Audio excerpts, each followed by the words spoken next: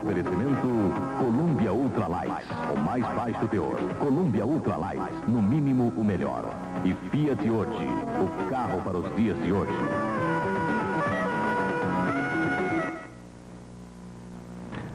Boa noite. O Canal Livre hoje está comemorando 3 anos.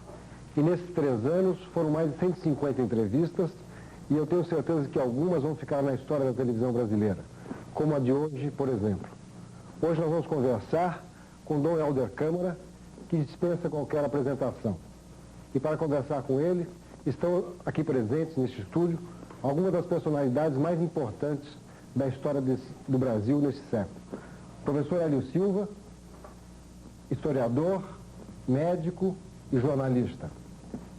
Eduardo Portela, ex-ministro da Educação, acadêmico, homem de cultura. Barbosa Lima Sobrinho, presidente da ABI, Associação Brasileira de Imprensa, foi deputado constituinte em 45, ex-governador de Pernambuco, um dos homens mais importantes desse país também. Dr.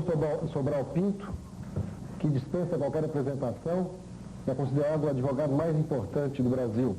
De 37 a 45, ele defendeu Luiz Carlos Prestes, que se encontrava na prisão. É católico praticante, vai à missa todo dia. Afonso Arinos de Melo Franco, deputado, senador, ex-chanceler da República, escritor, acadêmico, também figura de grande importância. E Dr. Oscar Niemeyer, um dos mais importantes arquitetos desse século em todo o mundo.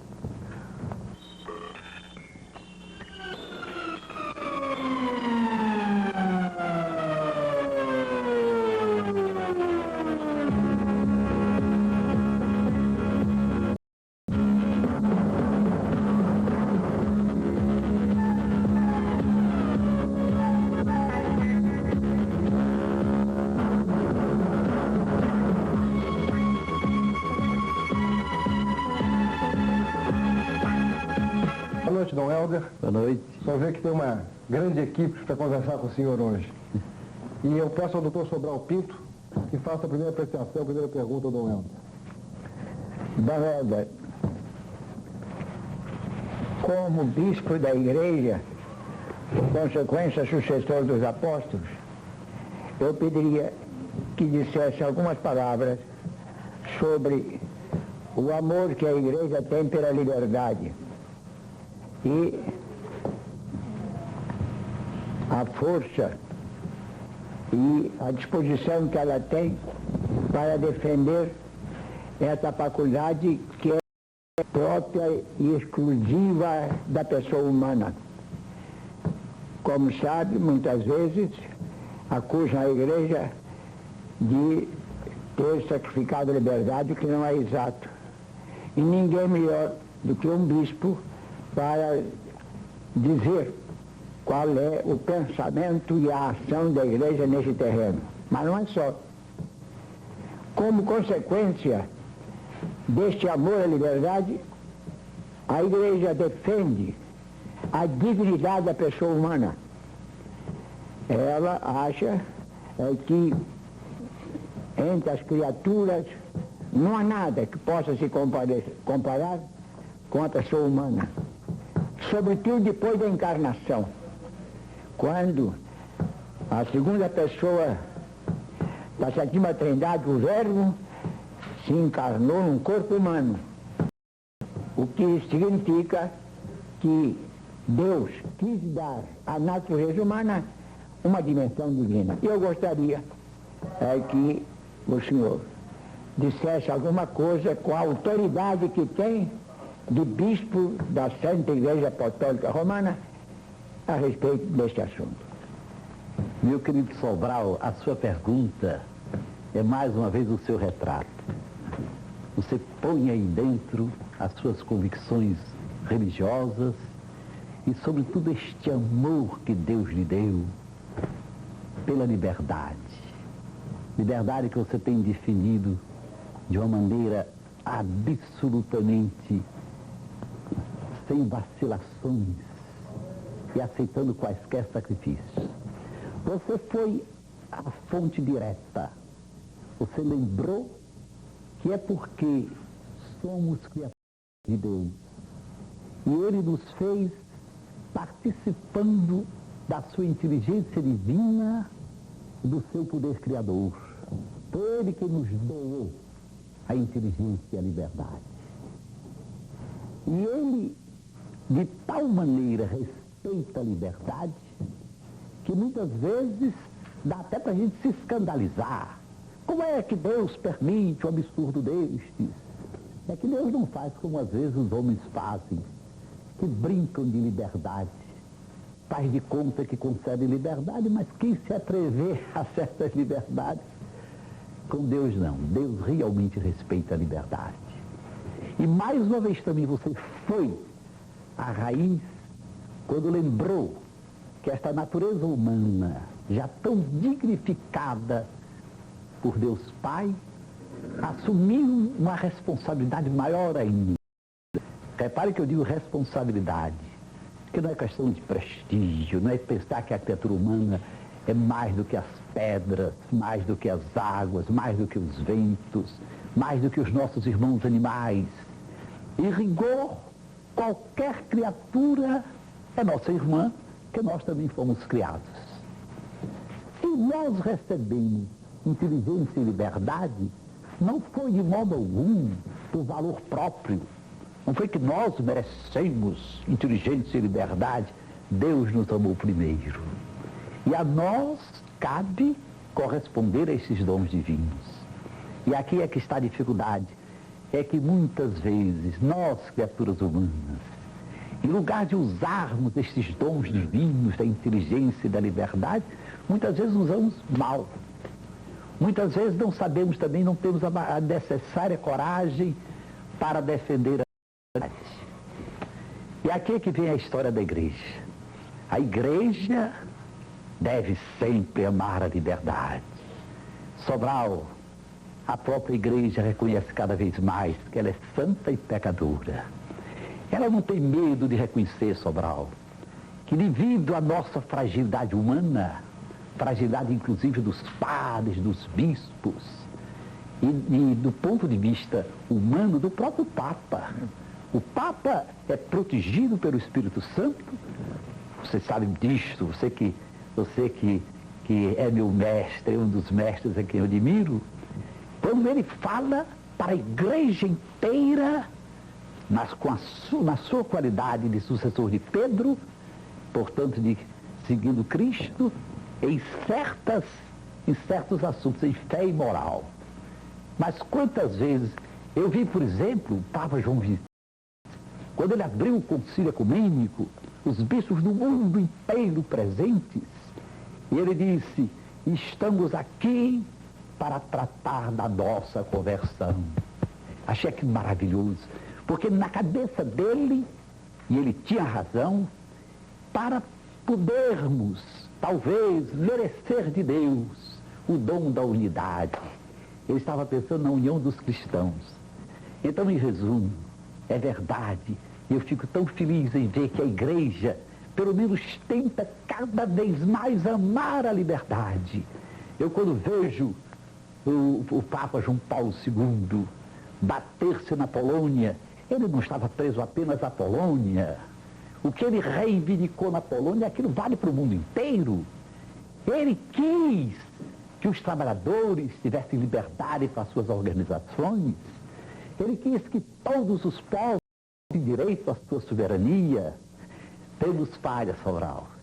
A igreja é divina em Cristo, no Espírito que a acompanha. Mas ela entrega a nossa fraqueza humana. E muitas vezes nós temos metido a igreja de Cristo em situações tristes. Eu reconheço que quando eu falo sobre liberdade, eu confesso que não me esqueço da velha Inquisição. Era muito fácil dizer, não, mas não era a igreja entregava ao braço secular. Vamos ser sinceros, Cristo disse que só a verdade nos libertará. E eu fico tão feliz em ver que a igreja de Cristo, cada vez mais, procura ter a coragem de reconhecer que ela é divina no seu fundador, mas que entrega a nossa fraqueza humana. Donaldo, eu sei que o senhor tem coisas belíssimas para falar, mas todos os nossos entrevistados querem também fazer algumas perguntas. Doutor Barbosa Lima, por favor. Este é o meu mal, sabe? Se vocês não me cortarem. Você fica com liberdade plena de meter a tesoura. Donaldo, quando o Fernando Barbosa e o governo me convidaram para tomar parte desse programa, eu ignorava que ia ter companheiros tão eminentes, eu aqueci imediatamente, porque era a oportunidade que eu tinha, como pernambucano, de agradecer a Dom Eda tudo o que vem fazendo pela pobreza de Pernambuco. Por isso mesmo eu gostaria de perguntar se a opção pelos pobres não é talvez um dos deveres mais sagrados da Igreja Católica, inspirada na edição magnífica do Sermão da Montanha. Sem dúvida nenhuma, meu querido amigo.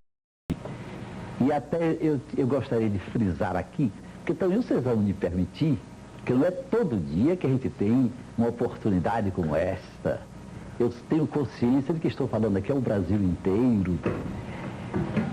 Sabe o que eu acho mais belo na opção pelos pobres? Quando uma pessoa, leigo, religiosa, padre, bispo, trabalha pelos pobres e procura levar alimentos, e procura levar remédios, e procura ajudar casas, e procura escolas, imediatamente ganha uma fama extraordinária. É uma santa esta religiosa, meu Deus, que criatura, que padre admirável. Mas quando esta mesmíssima pessoa, sempre acudindo a quem está sofrendo, porque nós aprendemos no Evangelho que quando alguém está sofrendo, o que não tenha fé de espécie alguma, e mesmo sendo de outras religiões, quanto mais é Cristo quem está sofrendo. Ele se identificou com quem sofre. Mas se esta mesma pessoa que cuidava dos pobres, continuar cuidando dos pobres, acudindo quando possível, mas se meter a falar em direitos, a falar em justiça, falar em direitos humanos é curioso. As Nações Unidas tiveram a responsabilidade e a glória de proclamar os direitos humanos. Vários países, inclusive o nosso, assinaram a carta, mas quem se meter a defender de verdade os direitos humanos, imediatamente é acusado de agitador, de subversivo, de comunista. Então, eu gosto de uma palavra, eu ouvi, já tinha sido escrita por outros, mas eu ouvi do Papa João Paulo II, quando ele passou na nossa terra, passou lá em nosso Pernambuco, ele disse: prefiro 1000 vezes uma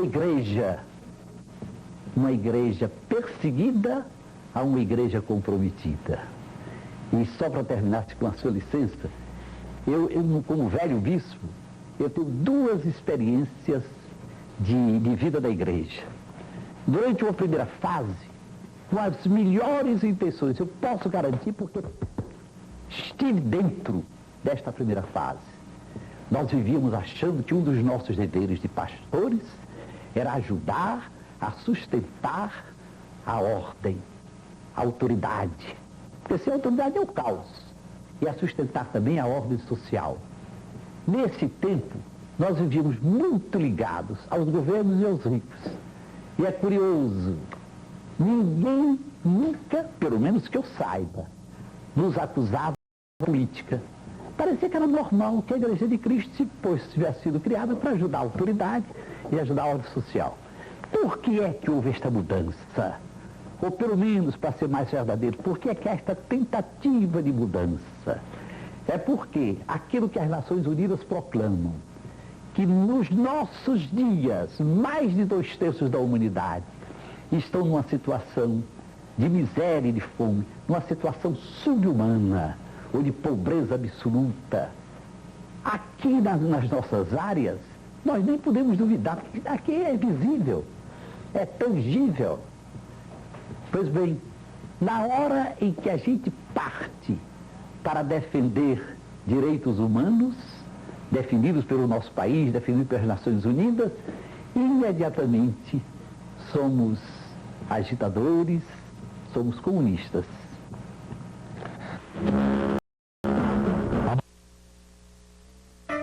Da descoberta do gramofone aos nossos dias, o mundo do som progrediu muito. Já no mundo dos cigarros, progresso mesmo é Columbia Ultralights.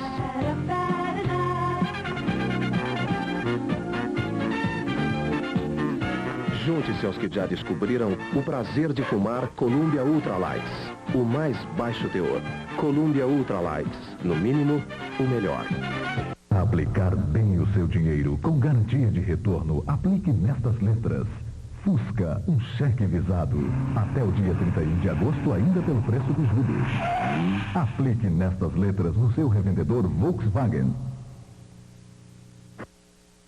O novo carro da Fiat é para quem acha que um carro deve ser esportivo, espaçoso, muito econômico, ter um porte independente, ser elegante e luxuoso ao mesmo tempo e, acima de tudo, surpreendente.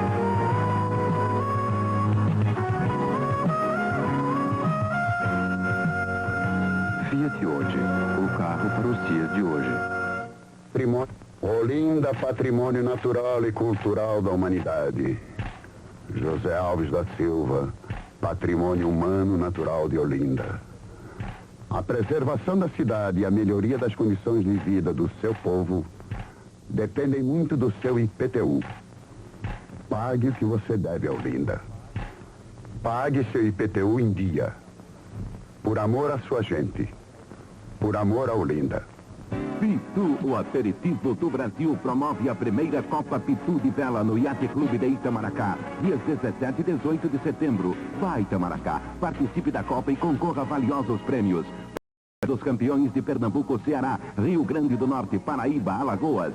Primeira Copa Pitu de Vela, dias 17 e 18 de setembro. Promoção Pitu, que puram na batida é a melhor pedida. É engarrafamento Pitu S.A., Vitória de Santo Antão, Pernambuco. Vá à luta com Laca. Laca informa a hora certa.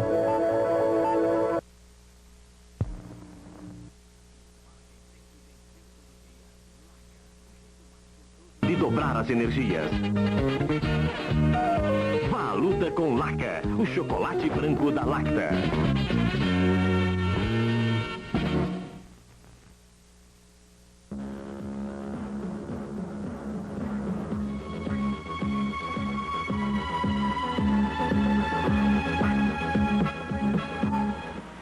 Doutor Afonso Arinos, por favor. Você quer fazer alguma apreciação, alguma pergunta? Tenho muito prazer em revê-lo. Nós fomos companheiros no Concílio Vaticano II. Vossa Eminência estava entre os prelados e eu era o representante diplomático do Brasil. Lembro muito bem. Eu gostaria que Vossa Eminência estabelecesse um elo entre as conclusões do Concílio Vaticano II e a posição entre o Papa João XXIII e o Papa João Paulo II. Como Vossa Eminência colocaria o prosseguimento daqueles princípios a cujo lançamento nós assistimos em Roma e o seu desenvolvimento até agora? A pergunta é apaixonante, porque realmente o Vaticano II foi assim uma guinada maravilhosa, que surpreende João XXIII. Eu estava ao lado do Núncio aqui do Brasil, foi eleito, temos Papa, foi eleito Ângelo Roncalli, que tomou o nome de João XXIII. Tivemos necessidade de procurar no Anuário Pontifício, para saber um pouco mais daquele patriarca de Veneza, antigo Núncio. E segundo dizem, com uma certa probabilidade, é que ele teria sido escolhido mais como um papa de transição. Já era bastante idoso, houve dificuldades. Isto, às vezes, das eleições acontece. Pois bem, em menos de 5 anos, meu Deus, o impulso que Deus, através de João XXIII e depois de Paulo VI, deram à vida da igreja. É claro que, como depois de todo grande concílio, há sempre aquele período de agitação. Eu me lembro de um dos observadores do concílio, da Academia Francesa, que fez uma conferência logo depois do Vaticano II e comparou a Igreja de Cristo de após concílio com um carro em movimento. Um carro em movimento precisa de um freio e de um acelerador. As pessoas que são muito apressadas dizem, ora, mas o carro foi feito para correr, colocar freio, que absurdo. Por que aqui no lugar do freio não coloca aí 2 aceleradores? Agora as pessoas mais calmas dizem, olha, o carro já tem as rodas para rodar, já foi feito para correr, ainda vai colocar um acelerador, isso é um suicídio. Por que em vez de um acelerador não coloca 2 freios? E posso dizer, meu caro ministro, que na realidade não falta quem queira colocar uns 10 aceleradores e não falta também quem queira colocar uns 10 freios. Agora, passada aquela primeira fase, eu tenho a impressão de que a Igreja se afirma cada vez mais na linha do Vaticano II. Para mim, João Paulo II resume realmente João 23 e Paulo VI.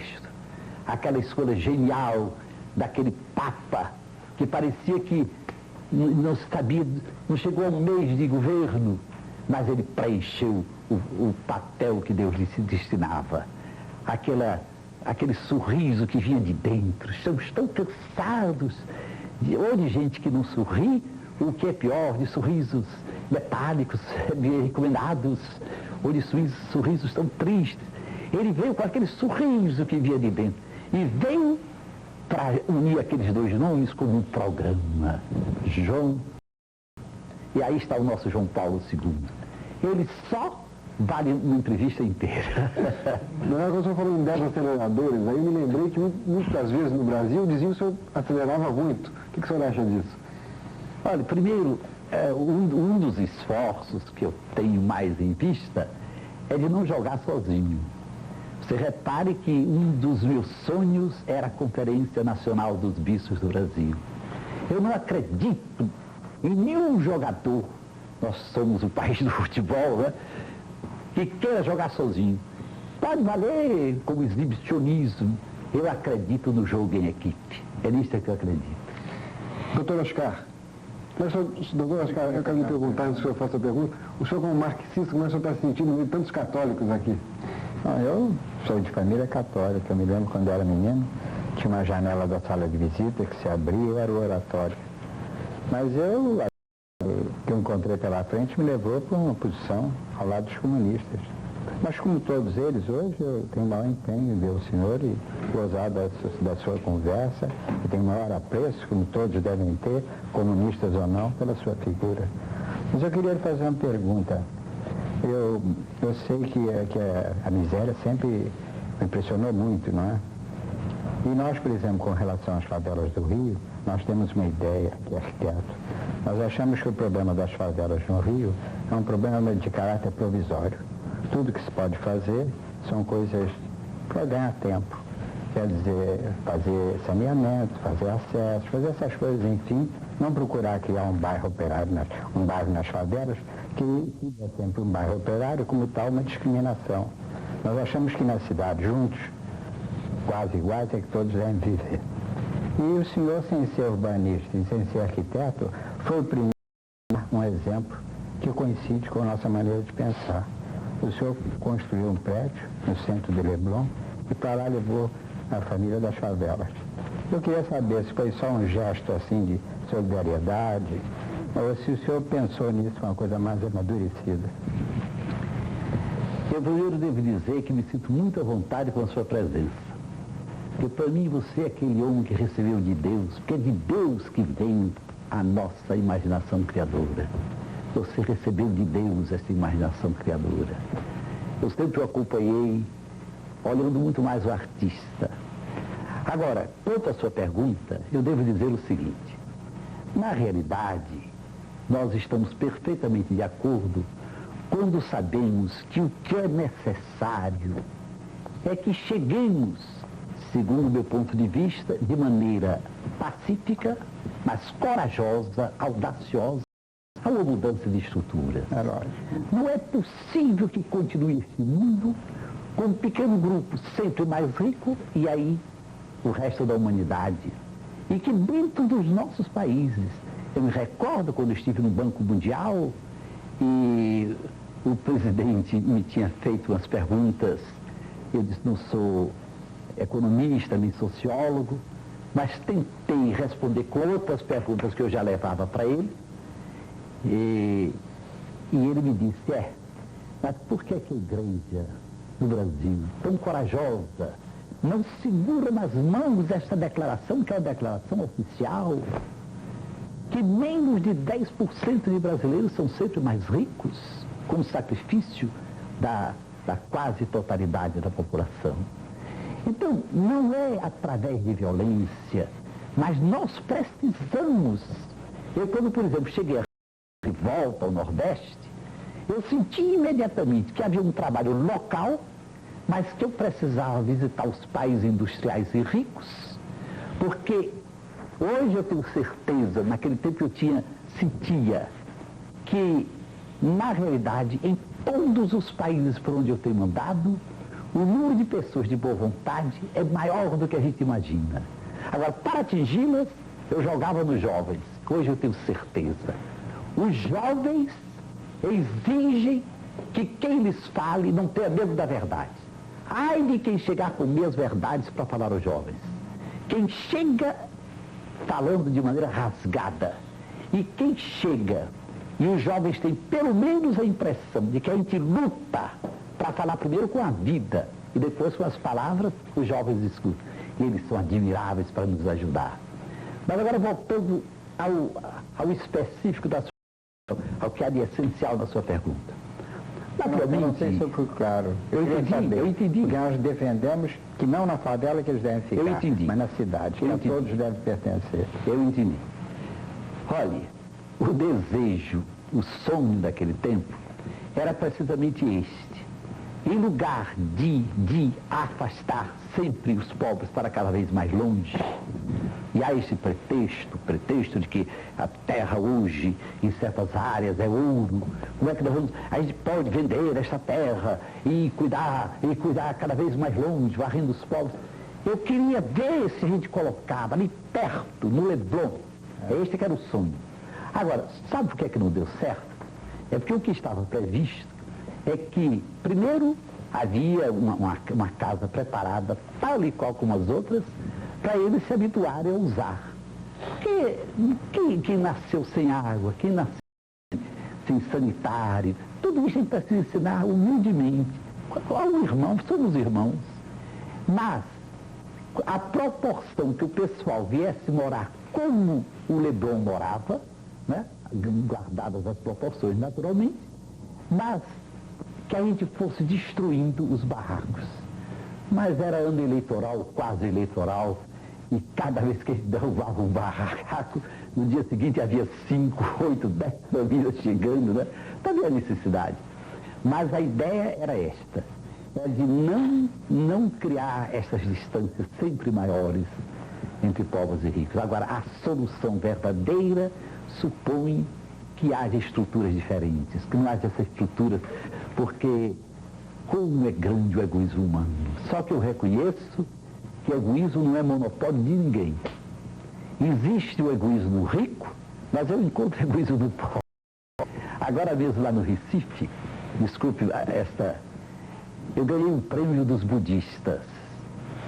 Eu pensava que a moeda japonesa correspondia a tudo que se compra do Japão, e eram 20 milhões de ienes. Eu digo, poxa, vai dar dinheiro para realizar todos os meus sonhos mais urgentes, né? Quando aí traduz isto no dólar, né? Que é a moeda que está aí, meu Deus do céu, e depois em moeda brasileira, em rigor, o que eu queria era, na última terra da Arquidiocese de Olinda e Recife, da qual eu não tinha podido dispor ainda, porque havia uma pendência jurídica, mas coincidiu o resultado favorável, a última palavra do juiz, com o prêmio.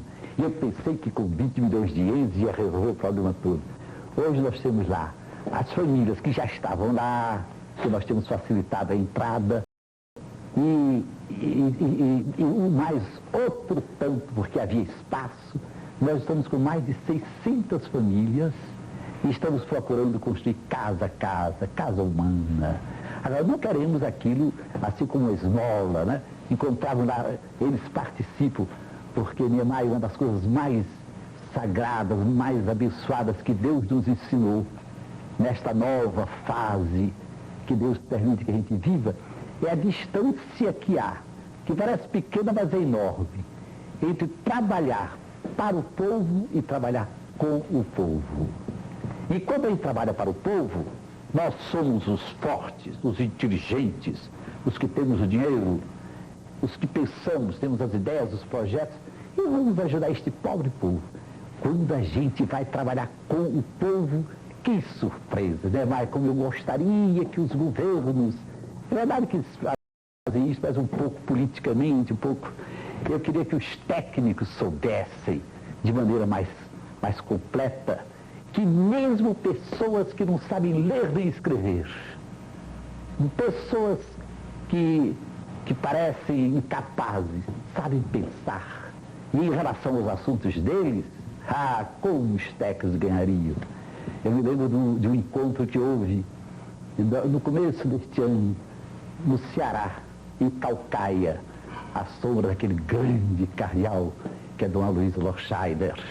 Os bispos do Nordeste 2 nos reunimos e estávamos lá com trabalhadores, com agricultores humildes, gente sempre trabalhadores rurais também, e eles disseram, seus bispos, nossos bispos, quanto maior é o projeto, menos serve para o povo. Como isto é verdade, Niemeyer. Por exemplo, açudes. Ainda recentemente o próprio presidente foi inaugurar no Rio Grande do Norte o açude enorme. Era interessante verificar quantas famílias foram despejadas daquela área. Quantas famílias. Eu acho que os técnicos e os governos deviam fazer assim. Vão atingir uma área, então prioridade 000. Prioridade absoluta.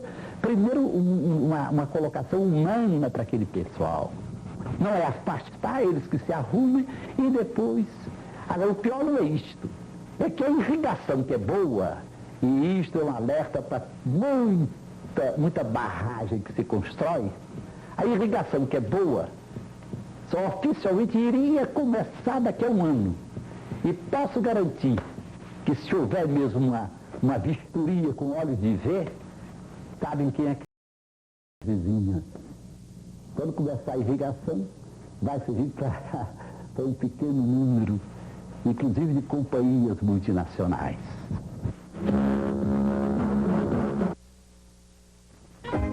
Voltando ao passado, você descobre como a moda vem evoluindo.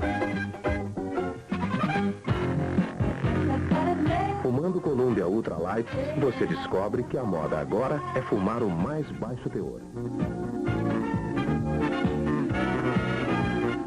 Descubra o prazer de fumar. O primeiro cigarro do Brasil com ultra baixos teores. Columbia Ultra Light. No mínimo, o melhor.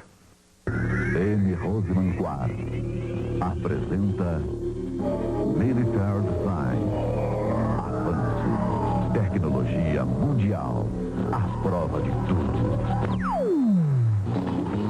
Tá tudo para quem é cliente Arapuã. TV a cores Philips, tela de 51 centímetros, imagem e som instantâneos. Seletor de canais Teletronic com 8 teclas e garantia de 1 ano. 256.900 à vista ou 24 de 27.990 sem entrada. Continue aproveitando os preços e as facilidades da Arapuã Primavera. Preço baixo Arapuã, leve como a brisa.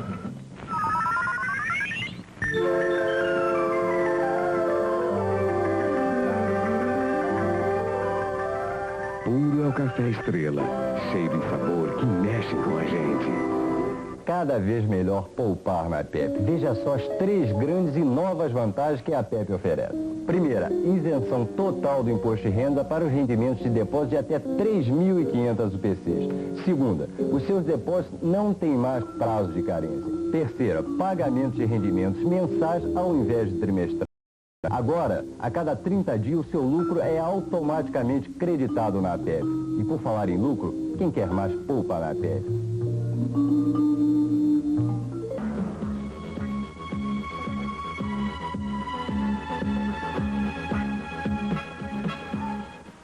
Professor Hélio Silva, por favor. Dom Helder, é uma alegria muito grande eu estar conversando com o senhor. Eu me recordo do padre Helder quando chegou ao Rio de Janeiro. Graças a Deus eu sou o padre Helder. Eu me recordo de uma confissão que ele me fez, contando a surpresa que ele tinha quando andava nas ruas do Rio de Janeiro daquele tempo, isso é 1930 e tantos, e que ainda tinha gente que fazia figa quando passava o padre. Então me disse, no começo eu me irritava, depois fiquei com pena, porque essa gente não consegue ser boa. Eu acompanhei a sua vida aqui, o bispo auxiliar do nosso querido Dom Jaime, a sua ida para o Recife, e o momento em que o senhor desapareceu do noticiário. Sua fisionomia também desapareceu das fotografias. Ninguém podia imaginar o senhor numa televisão. Enquanto havia esse eclipse dentro do Brasil. Lá fora, eu encontrei, na Europa, a repercussão do seu trabalho, fotografias suas na Holanda, na Inglaterra. Eu me recordo, creio que no Time, uma ocasião que o senhor foi apontado como uma das figuras mais importantes do mundo, acima até do Santo Padre, o Papa. E a pergunta que eu vou fazer já está respondida pela sua vida. Mas a igreja, hoje, é a igreja participante, a igreja da opção dos pobres, a igreja que vive a vida do Brasil de hoje, do Brasil que sofre, está mais próxima da sua tradição cristã, está mais próxima do Cristo, que na sua vida já fez opção pelos pobres, ou seria essa outra igreja que defendia a ordem, que concorria para um Brasil melhor? Meu caro doutor Hélio, na medida em que a gente procura mergulhar no Evangelho, uma das grandes lições é a gente temer o farisaísmo. Olhe que Cristo é de uma caridade imensa para com todos os pecadores, mas quando chega nos fariseus, ele não aguenta, ele quebra, mas quebra mesmo. E o é que dentro de todos nós mora um fariseu. Quando a gente está mais alerta, ele dorme, parece que morreu, mas facilmente ele vem à tona. Então Deus nos livre de ficar dizendo, nós somos a igreja autêntica, nós somos o Evangelho. Quem conhece como Sobral conhece Dom Leme, verdadeiro Dom Leme. Por que é que ele foi ao palácio buscar Washington São Luís? É tão difícil julgar, é impossível julgar. O que eu posso lhe dizer é isso. Eu participei das duas fases, com a mesma sinceridade,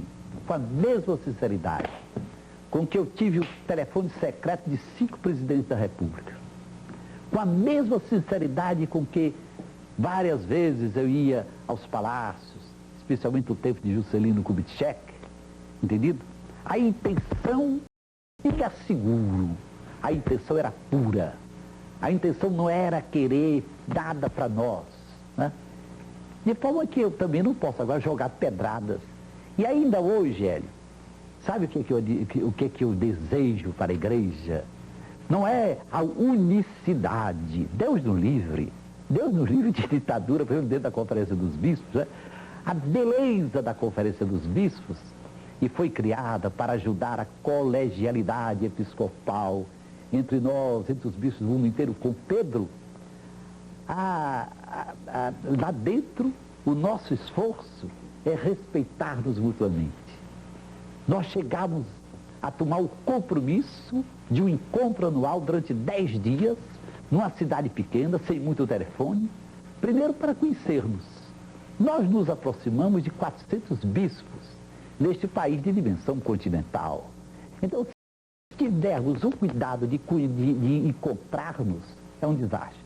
Depois, para rezar juntos. Ah, doutor Hélio, quando a gente tem a felicidade e a responsabilidade de crer, como é bela a concelebração. Nós sabemos que Cristo é sempre o verdadeiro celebrante, é Ele o celebrante. E nós estamos ali em volta, aquilo une a gente. Quando a gente olha assim para um bispo de que a gente acha que é antípoda, né? Estamos celebrando juntos. E depois, para estudar e discutir juntos. Olhe, nós todos descobrimos a necessidade de matricularmos na escola do diálogo. Doutor Hélio, é tão fácil falar em diálogo, encher a boca com diálogo. É tão difícil verdadeiramente dialogar. É fácil dialogar quando a gente pensa do mesmo modo. Aí é fácil. Eduardo Portela. Eu gostaria de perguntar ao senhor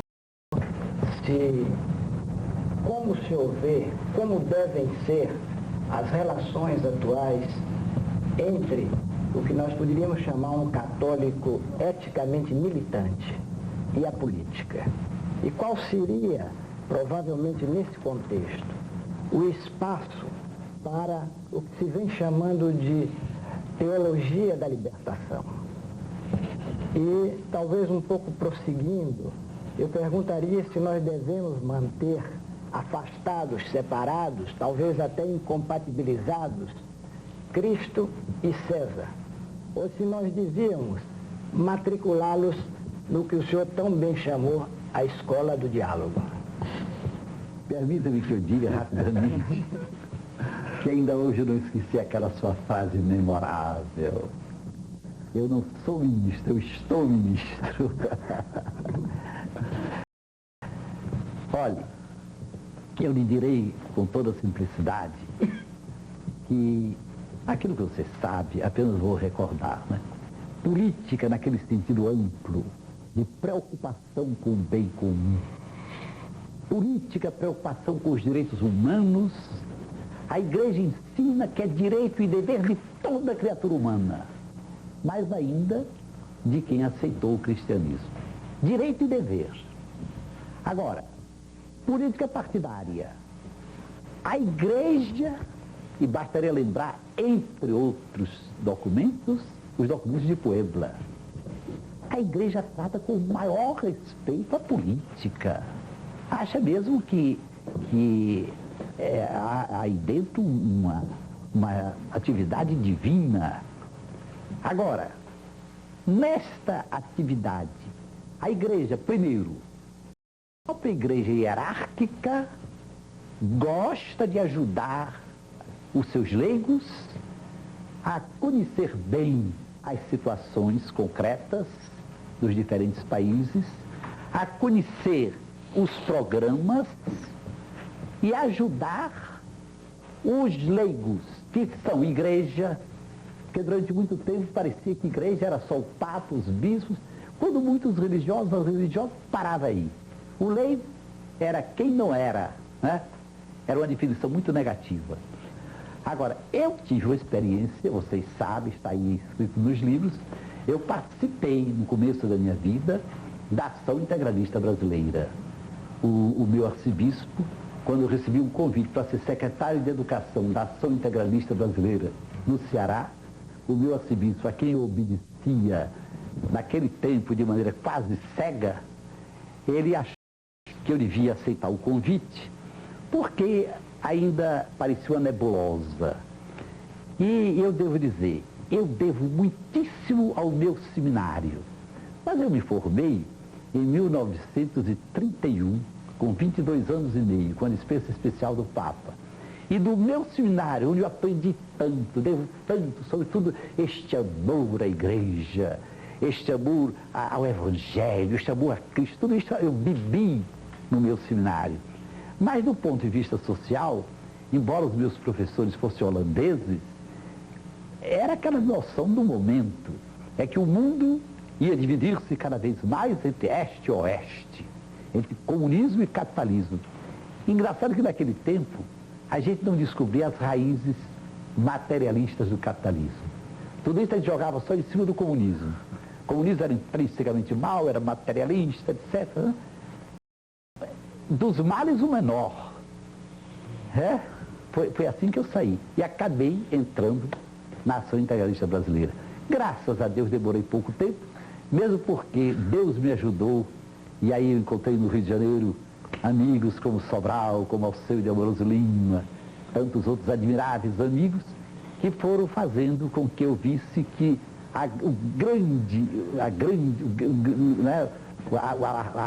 o afrontamento do século é entre norte e sul, é um pequeno grupo que tem cada vez mais, e a massa, desculpe.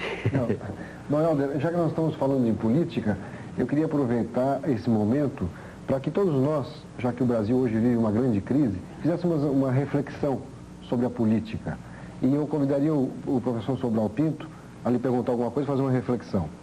Não, eu tenho a impressão que daqui por diante, se vamos entrar nesse terreno que é tão importante, eu devo ficar muito mais aqui no meu banquinho de quem vai aprender. Eu quero aprender. Amanhã. Descoberta do gramofone aos nossos dias, o mundo do som progrediu muito. Já no mundo dos cigarros, progresso mesmo é Columbia Ultralights.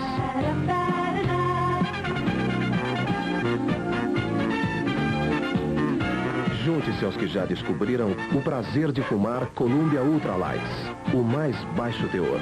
Columbia Ultralights, no mínimo, o melhor. O que tu tá mexendo aí? Tô pegando minha caderneta a hora. Tu entende disso? Claro, agora eu tenho uma novidade porreta. A caderneta do Banorte passou a ter rendimento mensal e não tem mais carência. Deixa baitolar, não dá outra, ó. Moneguinha sabida, poupe na caderneta do Banorte. A segurança de ganhar todo santo mês. Tô doida por essa cadernetinha. Hoje, o novo carro da Fiat é para quem acha que um carro deve ser esportivo, espaçoso, muito econômico, ter um porta-malas independente, ser elegante e luxuoso ao mesmo tempo e, acima de tudo, surpreendente.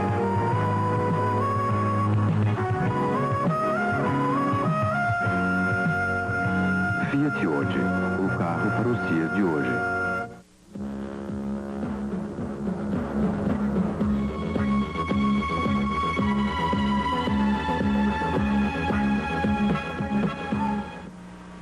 Sobral, então o senhor que vai comemorar 90 anos agora em dezembro, novembro, é o mais jovem de todos aqui, queria que o senhor começasse, por favor.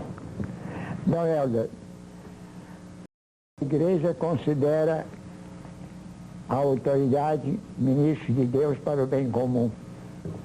Então, eu desejaria que, como bispo, portanto, tendo a plenitude dos poderes da ordem, é que, olhando para o Brasil atual, o senhor nos dissesse rapidamente como seria possível organizar o país dentro desse princípio, que, evidentemente, na atualidade, não se encontra em execução. Então, como a hierarquia gostaria de ver o Brasil organizado dentro deste princípio de que a autoridade é o ministro de Deus para o bem comum. A Conferência Nacional dos Bispos do Brasil, há poucos dias, teve a oportunidade de fazer umas declarações, e isso em consequência de uma reunião do que nós chamamos a Comissão Episcopal de Pastoral, com representantes de todos os nossos regionais. E eu me recordo bem de alguns pontos que me pareceram muito felizes. Por exemplo, os bispos, reconhecendo que há uma situação grave, desejariam que os nossos dirigentes tivessem mais confiança no povo e nos falassem e nos dissessem a verdade. O Brasil suporta a verdade. O Brasil não precisa de nossas patrióticas inverdades. Então, por exemplo, se há medidas, algumas das quais vieram sendo progressivamente mais graves, o povo tem direito obedecer às razões verdadeiras. E que não se fique dizendo até a última hora, porque isto cria um descrédito tremendo. Estamos chegando num momento em que o país inteiro, nas suas várias camadas, entende o que se passa, e o povo entende muito bem. É inútil querer enganar, que a gente já sabe muito antes. Mas, de qualquer maneira, me parece um primeiro dever. E depois também, que o bem comum seja realmente a preocupação. Quando a gente examina aí de Itaipu a Serra Pelada, quem não é técnico, fica achando que há uns projetos aí, meu Deus do céu, que parecem realmente faraônicos. E o povo sabe que aquilo não serve para ele. Então, eu creio que o que a igreja desejaria de saída é isto, é que na medida em que os problemas se tornam cada vez mais graves, haja coragem de confiar no povo. Se a gente vai pedir sacrifício ao povo. E depois, outra coisa também muito séria, é que não se fique eternamente pedindo, porque não há mais nada que arrochar. Se a gente começasse por dar o exemplo, os que estão no alto, nas cúpulas, desse o exemplo, seria muito mais fácil de ser entendido e até de ser respeitado. Doutor Afonso Arinos, eu há mais de um ano atrás me entrevistei e agora ouvindo as palavras do Dom Helder, me lembrava que o senhor me dizia que, na sua opinião, o povo brasileiro é melhor do que a nossa elite. Então, pensando nisso, eu gostaria que o senhor fizesse uma reflexão ou falasse um pouco mais sobre isso, ou sobre o momento que nós estamos vivendo no Brasil. Olha, eu partindo da definição dada pelo meu querido Sobral, que disse que a autoridade é a missão de Deus para o bem comum, eu acho que essa definição é extremamente moral, porém de fundo teológico. Eu diria, com a minha experiência, que é na vida pública a experiência do jurista, do professor, do parlamentar, que a autoridade é o exercício de uma função decorrente da lei. Agora, como eu sou democrata, eu acho... Você também, mas você estava colocando uma posição diferente, mas não posição teológica. Eu estou colocando na posição do direito público. Quer dizer, é o exercício de uma função de acordo com a lei. Mas aí insisto no que eu dizia, como democrata, a lei para mim é a emanação das maiorias identificadas. A lei não é imposição de ideologias ou de vantagens, ou de crenças, ou de atrativos de liderança. A lei é decorrente da legitimidade, ou seja, do funcionamento da decisão de maiorias eletivas. Então, nessa posição, na qual eu divido de Oscar, que eu divido do meu querido Oscar, provavelmente, mas isso não implica que nós não tenhamos, no fundo, o encontro dentro de uma marcha comum. Como democrata, eu acho que o que carece o Brasil nesse momento é de legitimidade da autoridade. Porque o fato de existir lei e a autoridade proceder de acordo com ela, não implica em que essa lei é feita pela autoridade que exerce o ato. E não é isso que a democracia impõe. A democracia não permite que a autoridade seja aquela que faça a lei. Quem faz a lei é o poder emanado da consciência social. Essa é que é a nossa posição. A nossa posição ante o predomínio da ideologia, ante o predomínio da violência, de acordo com a tradição de toda a formação nacional. Dom Helder, me permite mais um pouquinho, porque eu quero chegar a uma conclusão. No Brasil, o Estado vem excedendo os limites da sua competência democrática há muito tempo. O presidencialismo brasileiro inicia o seu caminho declinante com a formação dos presidentes fortes, que corresponde à formação de uma república fraca. Quer dizer, à medida em que as personalidades presidenciais vão imperando e se impondo ao meio político e ao meio social, a república, a comunidade legal republicana vai se enfraquecendo. Nós vemos isso com o primeiro presidente forte, que foi Epitácio Pessoa, com o segundo presidente forte, que foi Bernardes, com o terceiro presidente forte, que foi o Washington Luiz, com o quarto presidente forte, que já transpôs o plano da legalidade para o plano da autoridade, que foi Getúlio Vargas. Depois disso, Então, a situação atual em que o Estado caiu na mão da autoridade militar. Ao mesmo tempo que se impunha um poder cada vez maior da autoridade presidencial, quer dizer, da autoridade pessoal, acrescia-se o campo de ação do Estado no terreno econômico, acrescia-se o campo de ação do Estado no terreno burocrático, e o Estado foi sendo, ao mesmo tempo, intervencionista economicamente, burocrático administrativamente, e com as circunstâncias e as exigências da administração moderna, a burocracia foi se transformando em tecnocracia. Então nós temos poder pessoal, burocracia, tecnocracia, e isso aqui hoje nós chegamos no Brasil. A minha posição de professor de ciência política, de velho parlamentar, é que nós não podemos resolver nenhum dos problemas atuais do Brasil, porque eles são, em primeiro lugar, internacionais. Nós não temos condições para nacionalmente resolver o problema global. Então nós não podemos resolvê-lo sozinhos. Nós temos que resolvê-lo em composição com as outras forças internacionais que estão interessadas na solução dos problemas.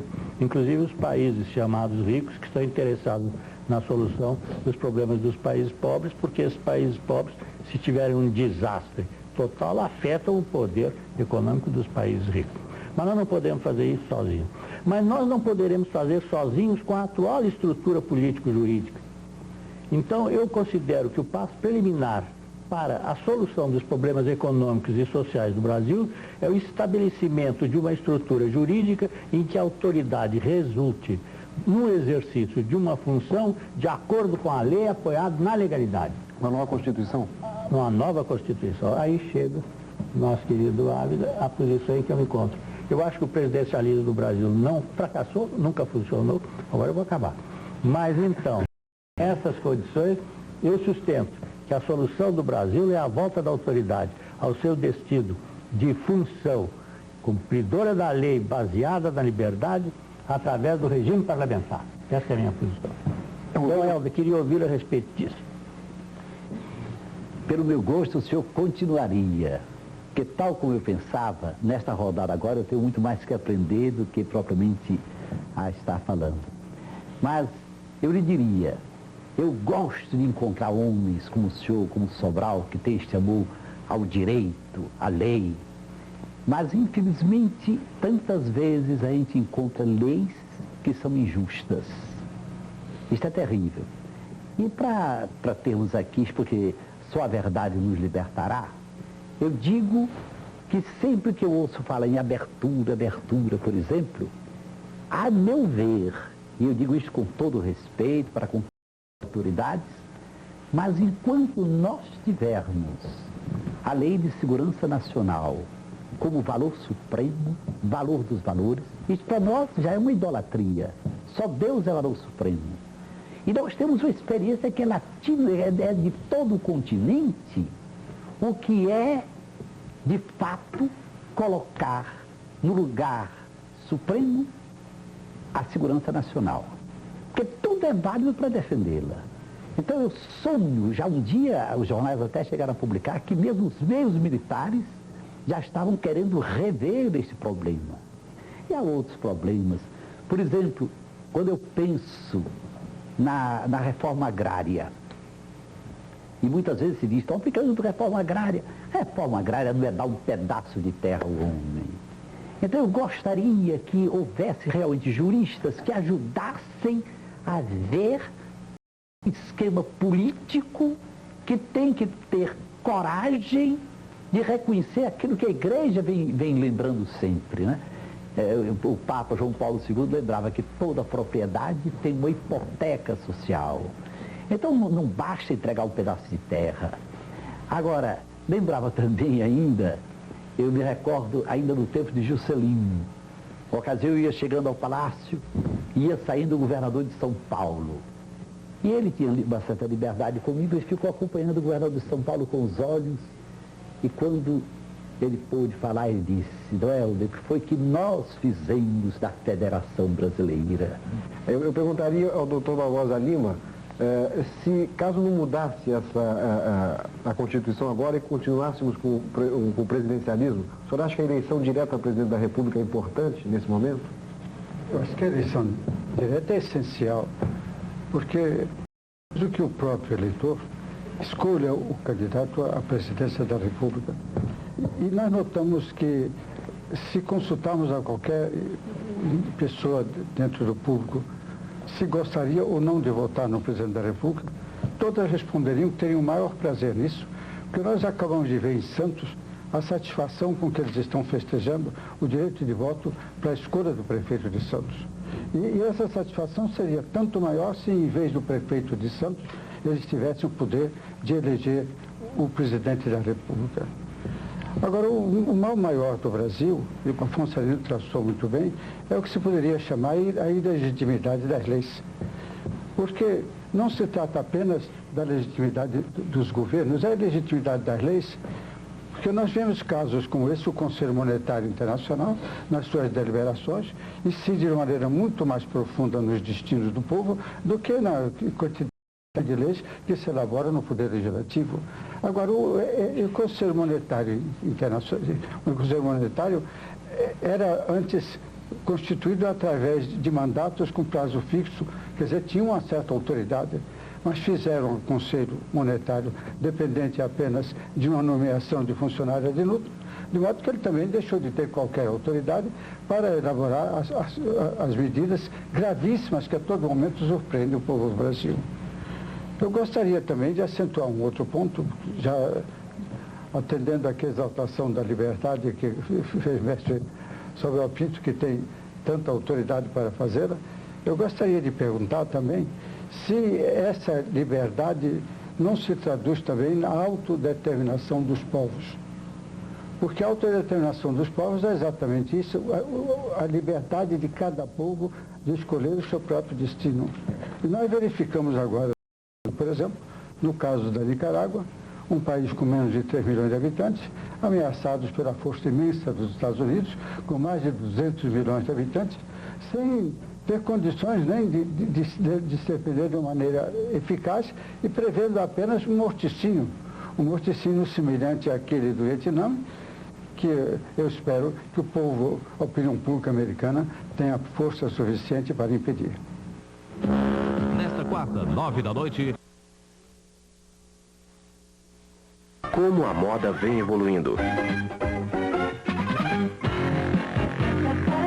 Fumando Columbia Ultra Light, você descobre que a moda agora é fumar o mais baixo teor. Descubra o prazer de fumar. O primeiro cigarro do Brasil com ultra baixos teores. Columbia Ultra Light, no mínimo, o melhor. É tudo azul para quem é cliente Arapuã. TV a cores Philips, tela de 51 centímetros, imagem e som instantâneos. Seletor de canais Seletronic com 8 teclas e garantia de 1 ano. 256.900 à vista ou 24 de 27.990 sem entrada. Continue aproveitando os preços e as facilidades da Arapuã Primavera. Preço baixo Arapuã, leve como a brisa. Se bons momentos no térreo ou na cobertura da churrascaria Mucambo na Avenida Boa Viagem 276, onde você encontra ambiente selecionado, música ao vivo e Pitu, o aperitivo do Brasil. Engarrafamento Pitu S.A., Vitória de Santo Antão, Pernambuco.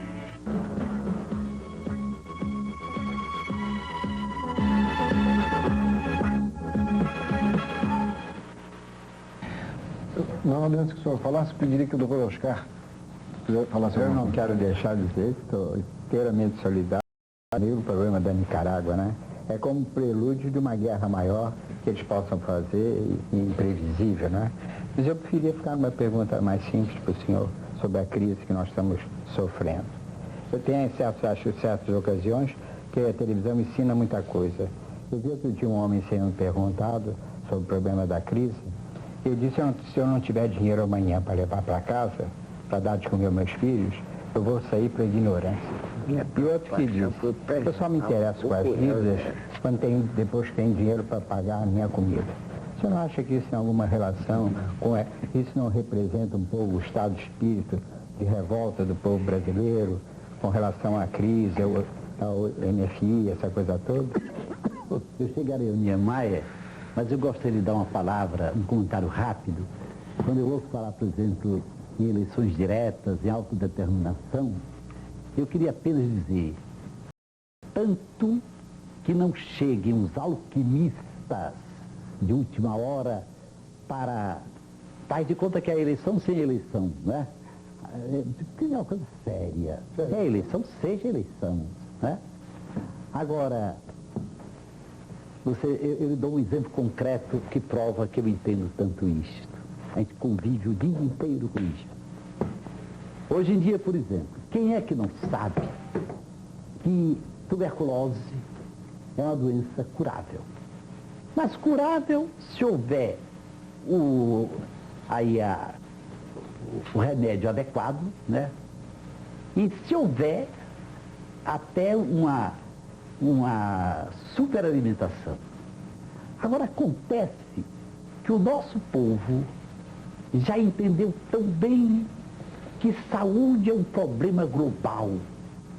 Se a pessoa não tem emprego, não vai ter uma casa, não vai ter alimento, não vai ter de maneira alguma possibilidade de repouso. Quando é que nós vamos entender que há certos problemas que são fundamentais? Eu, quando vejo o Orçamento Geral da República, dá agonia ver o que a educação vai, né? E a agricultura, e saúde. Agora, para o povo, isto tudo dói muito. E eu lhe digo, né, Maia, eu vivo lutando com o meu povo para que a gente fique com esperança. E até agora, tem sido possível guardá-los na esperança, porque nós não pregamos uma esperança mentirosa, não esperamos uma esperança alienada, alienante, né? Não temos medo de dizer essas palavras. Se uma palavra é seja dita por quem foi, né? Não é porque o comunismo dizia isso que eu até acho que já era mais do que tempo às vezes eu encontro marxistas que são mais marxistas do que Marx, que ainda ficam agarrados ao que Marx disse, ao que Marx fez, quando na realidade eu preferia que eles procurassem dizer o que certamente Marx diria, fiel à realidade que está aí. Se hoje religião, em grande parte, está tentando, sem esquecer a esperança eterna, a vida eterna, ajudar as pessoas aqui. Até agora está dando, mas eu aproveito esta hora para dizer aos responsáveis por este país, não vamos abusar da paciência do povo. É bom não abusar da paciência do povo. Até agora, nós conseguimos, porque não estamos pregando, estamos procurando unir o povo, dizendo que quando o povo se une, não para pisar direito dos outros, mas para não permitir que ninguém venha pisar os direitos deles. E quando se trata disto, a nossa palavra é esta: vamos ficar com o povo. Não vamos deixar que o povo apanhe sozinho. Mas não vamos abusar muito da paciência do povo. Pediria agora que o doutor Eduardo Portela falasse uma coisa. Helder, eu tenho a impressão que nós devíamos voltar a pensar um pouco que existe realmente uma crise internacional e essa crise internacional atinge a todos nós. Mas que em nenhum momento esta crise internacional pode se apresentar como uma espécie de descarte ou de desculpa para a nossa crise particular. E tenho a impressão ainda que essa crise particular se deve fundamentalmente à ausência de sociedade no Estado brasileiro. Há muito pouca ou quase nenhuma sociedade no Estado brasileiro. O Estado brasileiro é fundamentalmente um Estado insular, um Estado isolado e que se isola cada vez mais, pensando ou supondo que pode conseguir com isto a segurança, consegue apenas minar cada vez mais os seus alicerces. E isto acontece porque ele não investe socialmente. A inversão social do Estado é mínima. O poder no Brasil se compraz em investir ou em reinvestir no próprio poder. Ou seja, em investir na preservação e na manutenção do poder. E isso só realmente poderá se alterar quando nós dispusermos de instrumentos legítimos e esses instrumentos legítimos possam modificar substancialmente este quadro e passar a fazer o jogo do defender muito bem os pequenos. Pode comentar as palavras, então. Não, eu estou de acordo com o Portela e gostaria de ouvir mais aqui a ciência e a sabedoria que estão aqui em volta de mim. Dom Helder, o programa infelizmente já está chegando ao seu final. Então eu vou pedir que todos os nossos entrevistadores participantes do programa façam uma pequena, de 1 minuto, 2 minutos no máximo, reflexão, o que acharam do programa. Eu penso que eu falei 2 minutos, né? Certo. Hélio Silva. O programa foi magnífico. Evidentemente bastava a presença de Dom Helder para assegurar essa grandiosidade do programa e esses companheiros tão ilustres que aqui tivemos. Mas daqui resulta uma verdade.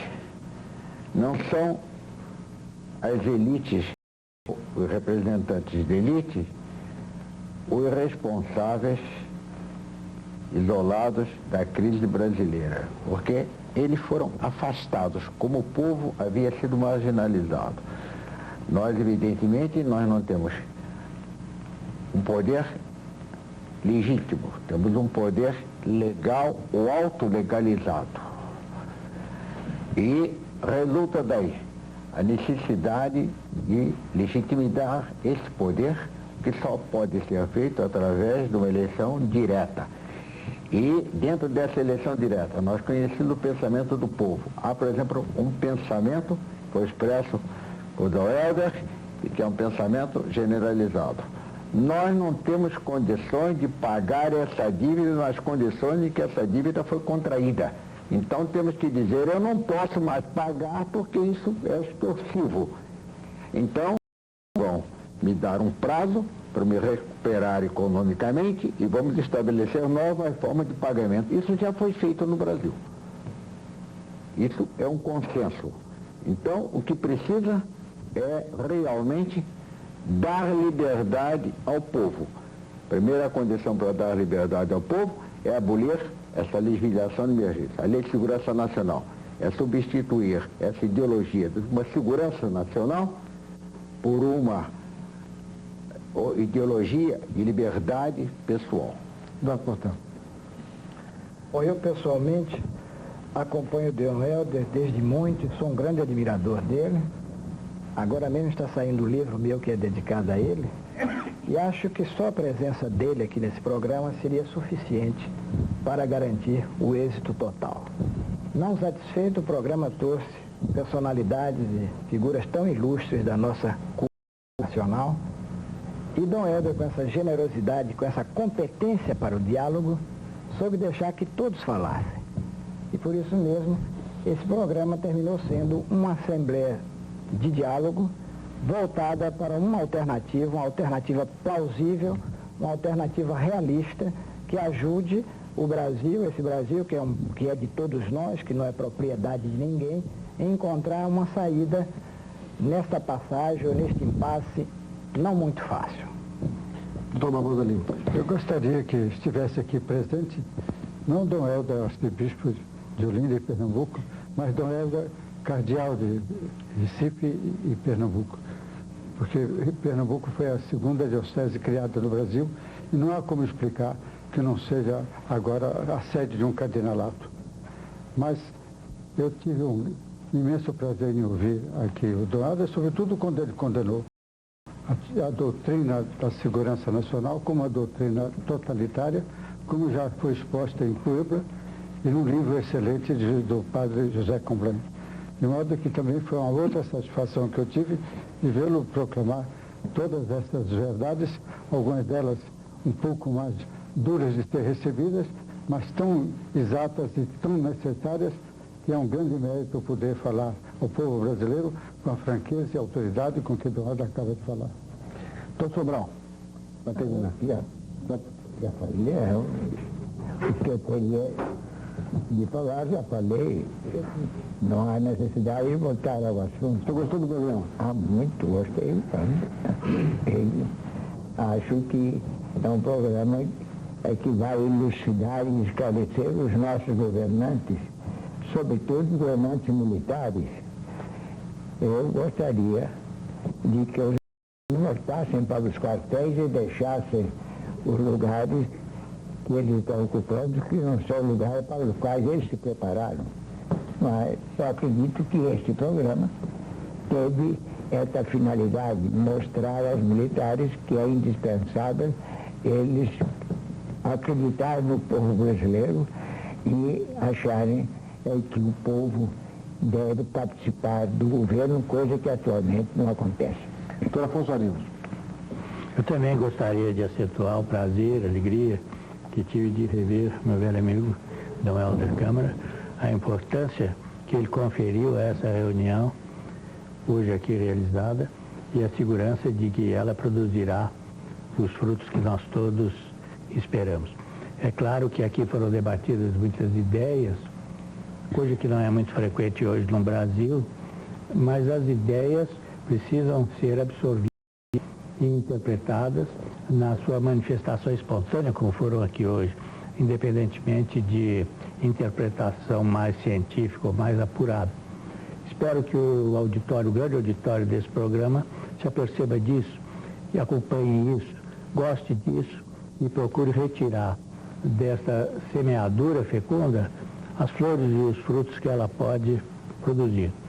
Mas eu gostaria de responder também aos meus amigos que aqui têm falado muito em eleição direta, que o regime parlamentar é o regime de eleição direta, porque os que exercem o poder, os ministros de Estado, os gabinetes, são eleitos diretamente pelo povo. Então, as desviadas increpações à eleição indireta não me atingem. Em segundo lugar, eu queria lembrar que eu tive a oportunidade, e eu sou obrigado a falar nisso, de apresentar a alternativa imediata, o fornecimento de instruções execuíveis, de possibilidades concretas para que essa transformação jurídica se opere. Eu fiz essa exposição do Senado, ela foi publicada em um folheto pelo Senado Federal, na Comissão de Justiça, é a investidura do Congresso atual de poderes constituintes. Eu não vou me entender sobre isso, mas nós temos numerosos exemplos em que, por resolução legislativa, a Assembleia Legislativa Brasileira, desde o Império, tomou decisões políticas que transformaram profundamente os regimes vigentes.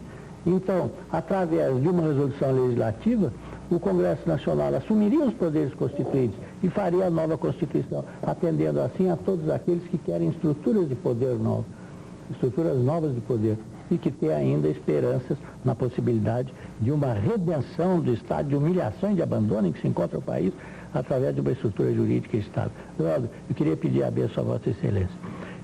Uma vez, se me fosse possível aqui usar agora a palavra, como católicos que somos em maioria e como amigos que somos todos, eu queria que nós levantássemos o espírito a Deus, pedindo pela saúde de Alceu Amoroso.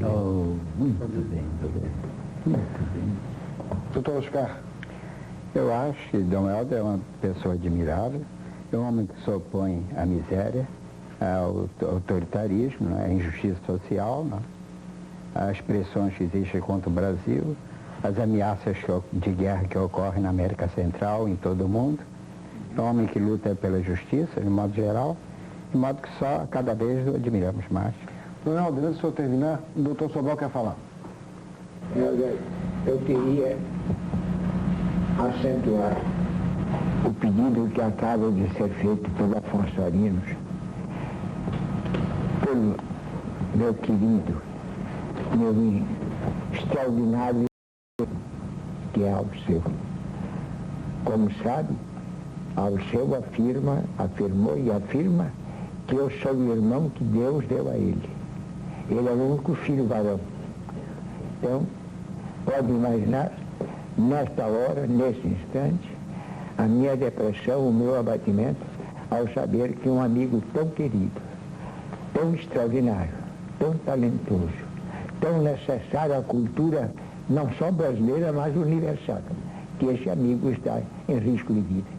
De modo que fazer nesse instante, nesse momento, um pedido a Deus, que ainda que seja preciso um milagre, que ele se salve, eu pediria então que na sua qualidade de sucessor dos apóstolos, de mão sagrada, que fizesse esta oração pelo nosso Alceu.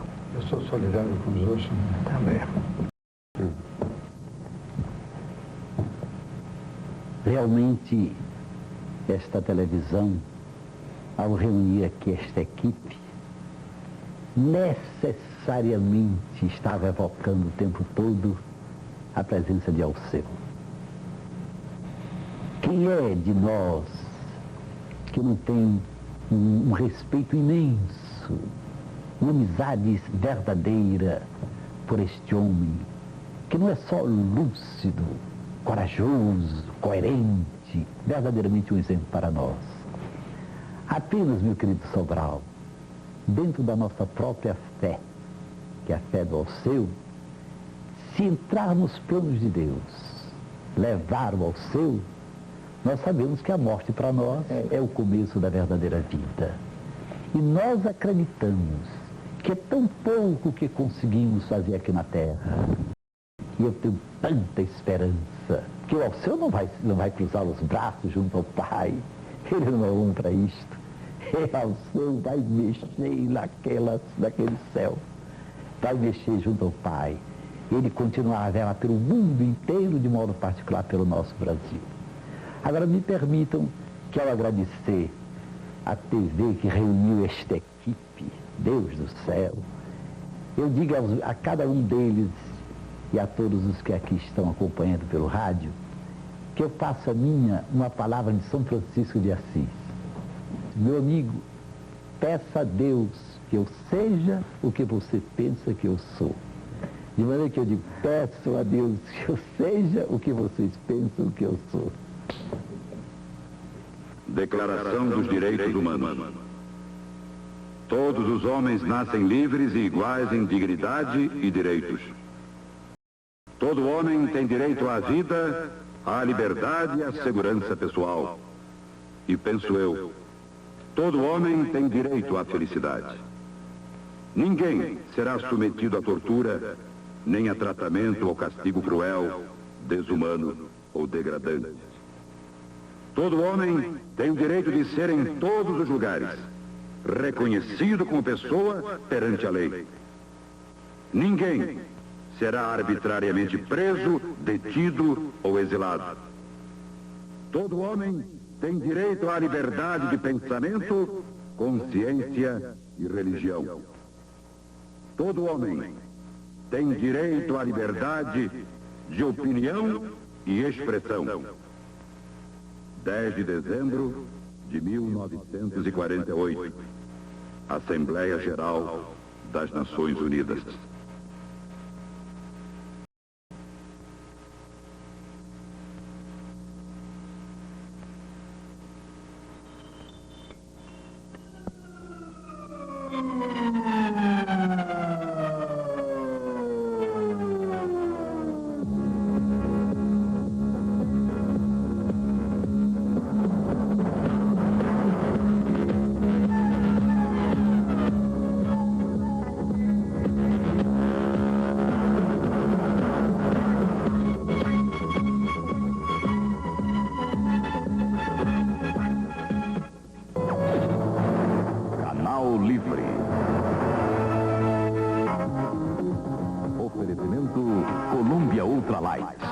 Baixo teor, Columbia Ultra Light, no mínimo o melhor.